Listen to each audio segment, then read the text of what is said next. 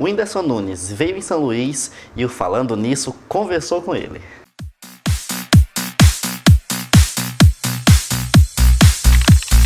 Falando nisso, viemos conversar com vocês hoje sobre o Whindersson Nunes, o dia que ele veio aqui em São Luís e nós fomos lá e conversamos um pouco junto com ele. Se você espera que apareça vídeo ou alguma coisa do tipo da nossa entrevista, infelizmente não rolou. Então nós vamos só contar como é que foi a entrevista e como foi a sensação de estar junto do maior youtuber do Brasil.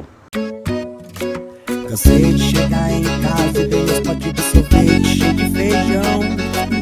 Já fui confundido por usar as roupas velhas que é do meu irmão. O Whindersson veio em São Luís e antes disso nós mandamos e-mail para a assessoria dele, mandamos WhatsApp e estava tudo certo para conseguirmos conversar com ele, via WhatsApp pelo menos, só que aí teve um pequeno problema que ele teve que chegar em São Luís e foi direto para o Castelinho, onde seria as sessões da apresentação do show dele. E não rolou entrevista durante o dia. Até então eu tinha desistido de conversar com ele em reportagem, em entrevista de vídeo.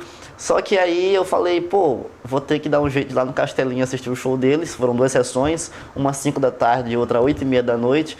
E aí, daí era 4 e pouca da tarde, eu falei, cara, eu acho que eu vou tentar ir lá assistir esse show e conversar com ele no final. Já sabia que não ia ser muito fácil, porque é muito fã. E aí os fãs querem tirar foto junto com ele o tempo todo. E eu imaginava que não seria possível conseguir conversar com ele. E foi realmente muito difícil. Mas enfim, com muito esforço eu consegui chegar lá no ginásio do Castelinho. Fui logo atrás da assessoria dele para tentar conversar com ele. Eu levei essa câmera profissional para entrevistar, levei microfone, levei tudo e levei a minha câmerazinha que me acompanha desde que eu comecei a fazer jornalismo. Porque se não desse certo, seria com ela mesmo. Enfim, logo que eu cheguei, acabou a primeira sessão, e aí rolou uma confusão lá, porque tinha muito fã querendo tirar foto com ele, e a produtora daqui de São Luís não permitia que eles fossem tirar, porque estava com o tempo corrido, para começar logo a outra sessão, enfim, não permitiam que ninguém tirasse foto com ele, imagina entrevistar. Mas eu persisti, continuei insistindo e falava com uma pessoa, com outra. Por graças a Deus eu consegui conversar com uma pessoa que foi iluminada, que é o João Neto, que é irmão do Whindersson. Conversei um pouquinho com ele, expliquei para ele que eu queria entrevistar e ele falou que eles tinham recebido o meu e-mail, entretanto foi muito em cima da hora, acabaram não conseguindo agendar.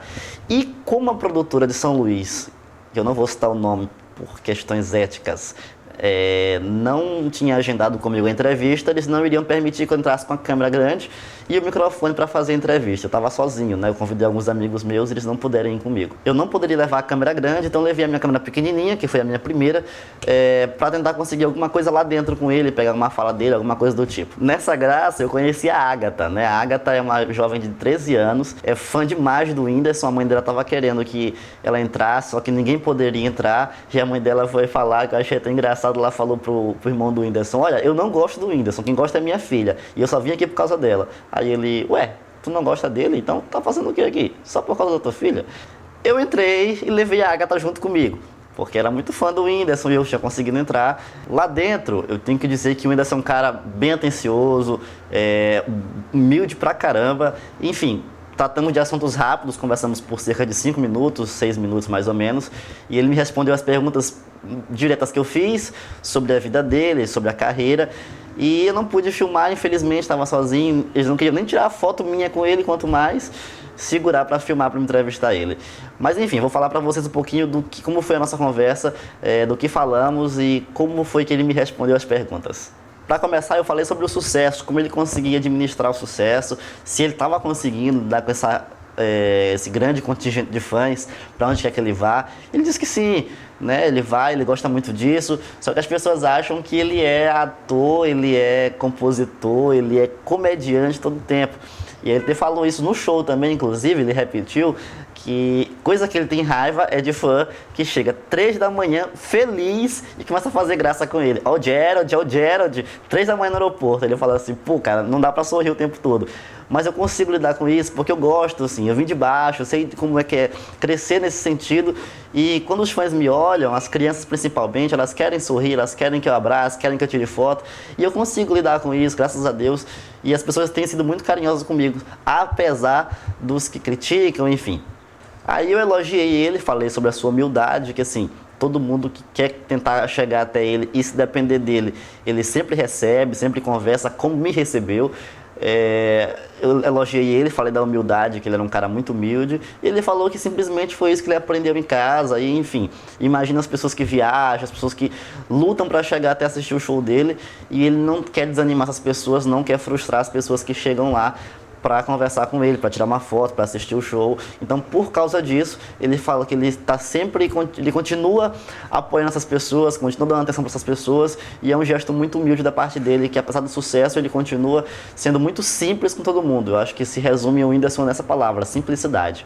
Falamos de críticas, como ele lidava com as críticas, ele falou que é normal, ele lida normal, porque assim, tem sempre as pessoas que criticam falando que ele deveria voltar a ser pobre, não sei o quê, não sei o quê, não sei o quê, e ele fala assim, Robert, eu nunca mudei nem o meu linguajar, porque, cara, isso é o que me marca, é de onde eu vim, então eu não esqueço isso. E isso leva a um outro assunto, que é a pobreza, né? As dificuldades que o Whindersson passou, por ser sozinho, por ter se mudado, enfim, com os pais, tudo que passou de difícil na vida, eu perguntei para ele como é que ele se sentia, porque tem muita gente que assiste ele e se sente representado, né? Imagina aquilo acontecendo consigo no passado, no presente, enfim, como é que ele se sentia com isso? Ele falou até emocionado que essa é uma parte da vida dele que ele agradece muito a Deus, porque foi uma caminhada muito difícil, mas que ele conseguiu chegar até o sucesso, né, que é nítido para todo mundo.